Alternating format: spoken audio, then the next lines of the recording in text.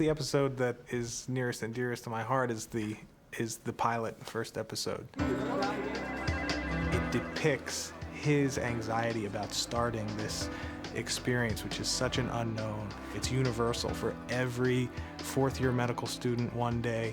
Next year, the intern, and people are calling you, "Doctor, what is the answer? What do we do?"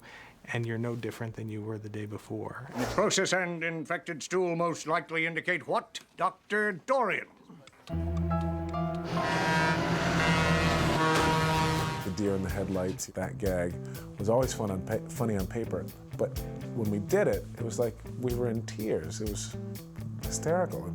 Us in college, me with my flat top, Zach with his mullet. That's pretty cool though, man. I mean, because I did have a flat top like that. There was one episode where I had to say, like, "I told you so" at the end of a scene, and he was like, "You know what, don't say I told you so, just do an I told you so song and dance." This is what I like to call my told you so dance.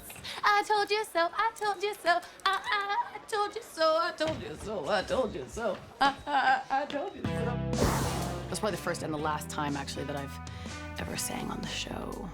Anytime that there's a musical episode, I'm conspicuously absent. We did a musical Scrubs the first year. We had to put the surgeons and medical people against each other. We decided to do it like West Side Story.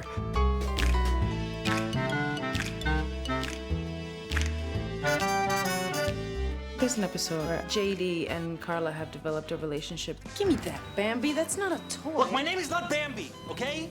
And their relationship gets strained by the fact that he's a doctor, she's a nurse. And they have like a really strong moment at the bus stop in the rain. You're a doctor, and you think that you're better than me because of it. Carla, I do not think... Admit it right now, I'll never respect you again. Okay, sometimes that's true. I like the one where I come onto the floor, the ICU, and everybody who's alive, when I come on, I want them to be alive when I leave. Listen up. I have been cursed to work the night shift with you chuckleheads, which means if you screw up today, I'm gonna hit you hard, I'm gonna hit you fast. It's really Sarah's episode. Our writers really found her character and didn't make her a cute little girl anymore, but this really unbelievably vibrant young woman. And there's this great moment in it where Sarah's walking past camera and Cox taps her on the shoulder and tells her to come here. And it's just great shot. If a movie director was here shooting it, it wouldn't have been any better. What part of Don't Say It did you not understand? Was it the don't, or was it the say it? Oh, and I like Help Me, Help You to Sarah. That's the end of a scene. Help me to help you. Help me to help you, Barbie. Help me to help you. Help me to help you. Help me to help you. Help you. Help me. Help me. Help you. Help me to help you. I should get to work. That would be lovely. One of my favorite moments from the first season is when Adrian Wenner was annoying Elliot and going whack whack whack whack, and that was totally spontaneous on the set.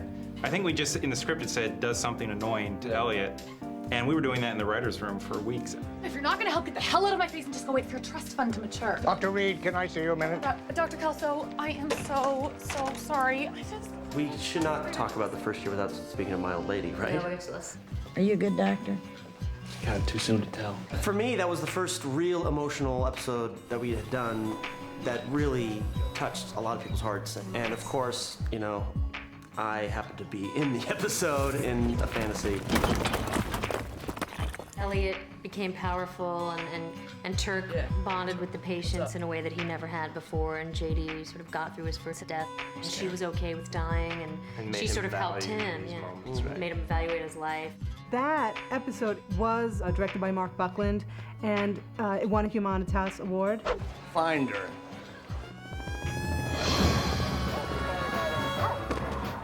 We had to go out into the parking lot and actually jackhammer a hole into the asphalt and dig a trench for her to emerge out of. And she comes out of the hole with her walker, you know. And that's when I realized this show is like completely different from anything I've been part of, you know. One of my favorite things about Scrubs is that even though it's a comedy, it really takes the time to slow down and deal with real issues, either in relationships or, you know, with the realities of working in a hospital. So we had an episode where we had to kind of live through and foreshadow JD and Elliot's romance, coming together, breaking up. We keep going back to the day that they spend their day in bed together, and they keep eating pizza, so the pizza becomes like a clock. The wheels are going down. It was a very inventive show where a shrink had been called in to talk to all of the doctors about their life. And of course, as they do it, a lot of interesting things get revealed. Relationships are so fragile. It just takes one thing, one tiny little offense, and it can snowball on you. And it was very interesting. At one point, we had talked about, in order to get the show down, to cut it down. And I really admired Bill when he said, I'm not going to do this to the actors. They nailed these things, they worked hard on them, and I'm not going to cut them up and not keep them intact. So we still haven't been able to cut it down, because we still have to cut shows down in the end. And during the end of the first summer, we did a rerun of all the shows, and that one didn't get into the arc because we had a long show on our hands. I've always been so sure about everything in my life. I was sure that I wanted to be a doctor, and I was sure that I was going to be married by the time I was 25. But relationships, I always heard that when they were right, they were easy.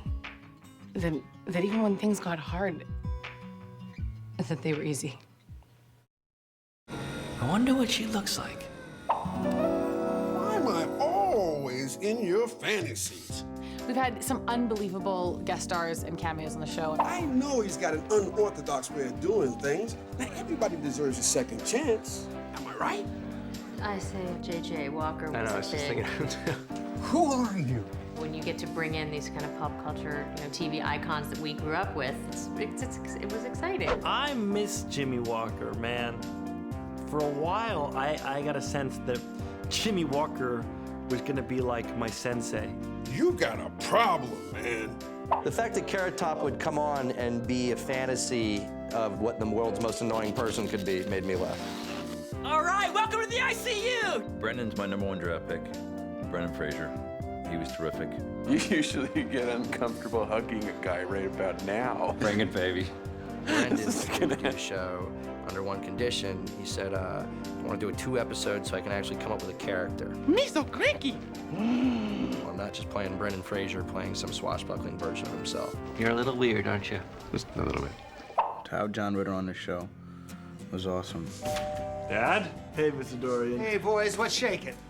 And so when I met him, and he knew my name, it was kind of cool. He was like, Donnie, which I don't like to be called, but the fact that John Ritter called me Donnie, the dude who, in my eyes was the best, physical comedian on television I'd ever seen. There's a little moment in the cafeteria, JD's dad, where he's stolen Jell-O. Yes. And I think that's he just comes and kind of places it on the table. How you doing, Elliot? When John Ritter was on, I liked it when he had Zach pull his finger and he farted. It was never written in the script. He just really had to fart. And it's on camera for everybody to see. It makes me laugh. Pull my finger. I'm not gonna pull your finger. Pull my finger, see what happens. I pooed a little. Sean Hayes was nice enough to come in and play the Golden Boy intern that JD was competing with. Hey, man, how are you? Hey, how are you? Oh, okay. There that is. The best thing about it is all these characters were people that came because they knew us and liked the show.